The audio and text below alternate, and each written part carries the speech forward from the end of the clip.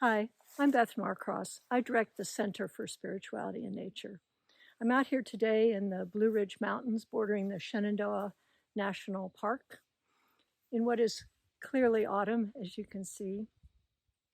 The natural world responds to the growing cold and the lengthening dark in a few different ways. And perhaps they have some lessons for us as well. The first way, as you know, is they go dormant, they hibernate, they withdraw in place. The second way is that they get very busy. You've seen the squirrels racing around, gathering those nuts, getting their stash ready for the cold winter. There's a third way that I'd like to focus on today, and those are the species that say, I'm out of here. It's too cold, it's too dark, I'm going to more nurturing climes. Well, we tend to take them for granted, but we think about it, we know that it's not like just, well, putting some stuff in the van and going to Florida for the winter. It's actually a very arduous, risky decision to leave what is comfortable and familiar and traverse sometimes thousands of miles, not knowing what's in between where you started and where you will land. It's not just birds that migrate.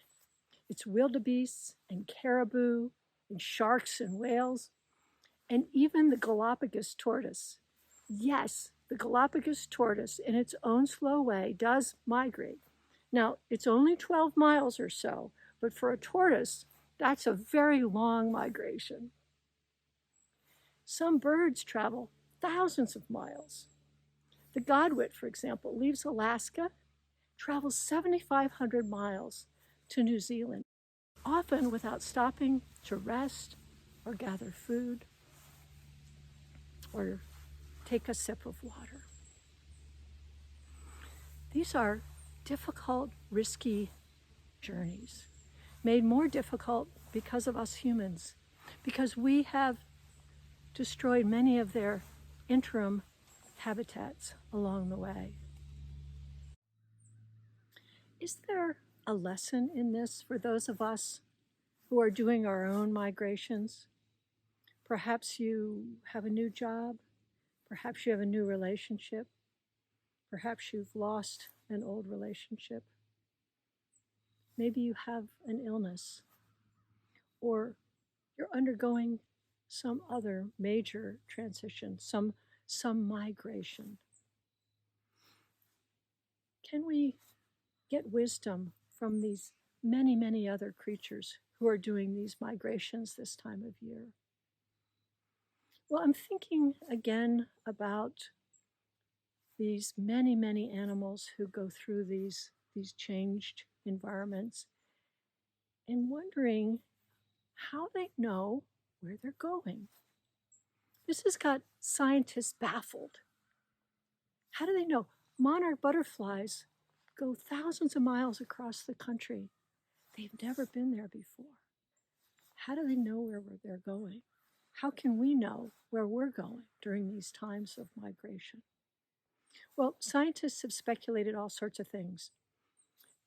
Perhaps magnetism, perhaps a genetic code, perhaps they navigate with the stars and the moon. But inside it all those rationales and those reasons, there appears to be a great knowing, a deep knowing inside each of these animals, each shark and whale and wildebeest and bird. They call it instinct. Is there inside of each of us a deep knowing also during these uncertain migratory times? If we take a breath, perhaps stop thinking and planning so much, can we too find this deep knowing inside of us? There too lies spirit, mystery, source, wisdom, guidance. for our journeys, and for all of those around us who are migrating this time of year.